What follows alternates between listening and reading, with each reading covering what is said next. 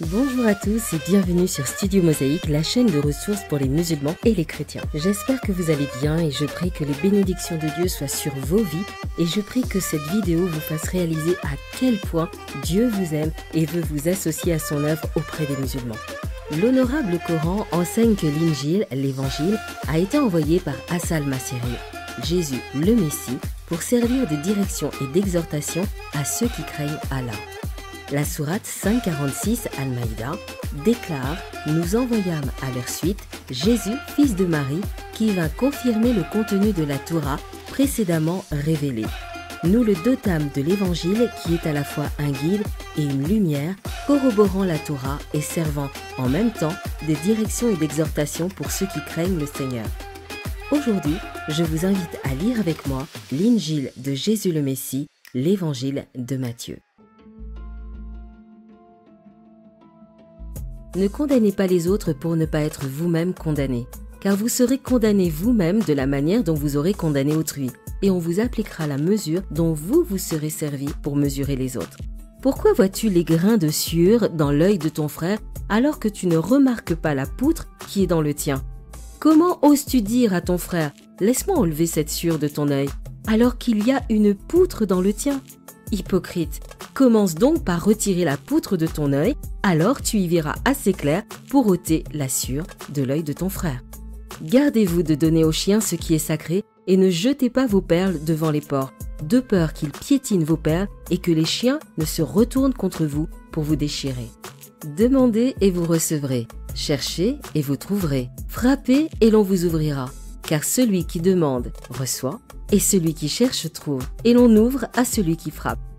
Qui de vous donnera un caillou à son fils quand celui-ci lui demande du pain? Ou bien, s'il lui demande un poisson, lui donnera-t-il un serpent? Si donc, tout mauvais que vous êtes, vous savez donner des bonnes choses à vos enfants, à combien plus forte raison votre Père Céleste donnera-t-il de bonnes choses à ceux qui les lui demandent?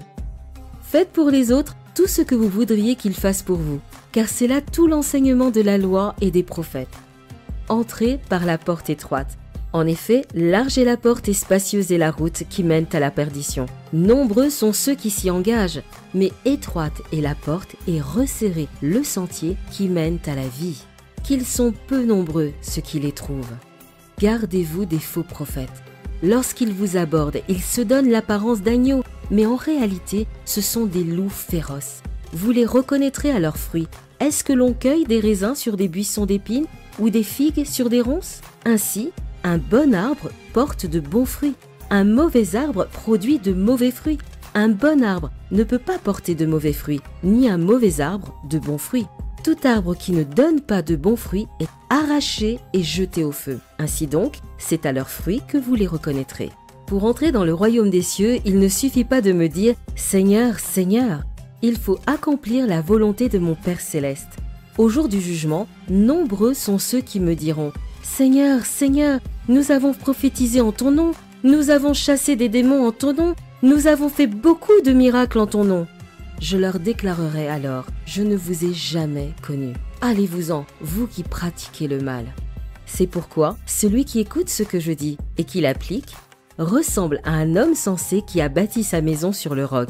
Il a plu à verse, les fleuves ont débordé, les vents ont soufflé avec violence, ils se sont déchaînés contre cette maison, elle ne s'est pas effondrée, car ses fondations reposaient sur le roc. Mais celui qui écoute mes paroles sans faire ce que je dis ressemble à un homme assez fou pour construire sa maison sur le sable. Il a plu à verse, les fleuves ont débordé, les vents ont soufflé avec violence, ils se sont déchaînés contre cette maison, elle s'est effondrée et sa ruine a été complète. Quand Jésus eut fini de parler, les foules étaient profondément impressionnées par son enseignement, car il parlait avec une autorité que n'avaient pas leurs spécialistes de la loi. Seigneur Jésus, je te remercie pour l'Injil. Devant ta parole, personne ne peut rester indifférent. On est obligé de se positionner. Aujourd'hui, avec ce chapitre, tu nous lances un défi et tu attends de savoir qui aura le courage de le relever. Tu t'adresses à tous ceux qui se posent des questions sur toi, sur la Bible, et à tous tu dis « Demandez et vous recevrez, cherchez et vous trouverez, frappez et l'on vous ouvrira ». Je te prie pour nos amis musulmans. Tu t'engages toi-même dans le défi que tu lances et c'est un défi d'amour, de grâce et de pardon.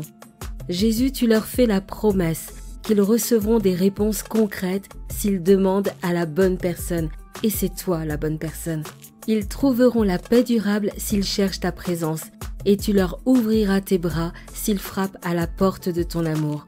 Je te prie d'aider nos amis musulmans à relever ce défi d'amour que tu leur lances et que leur vie en soit transformée.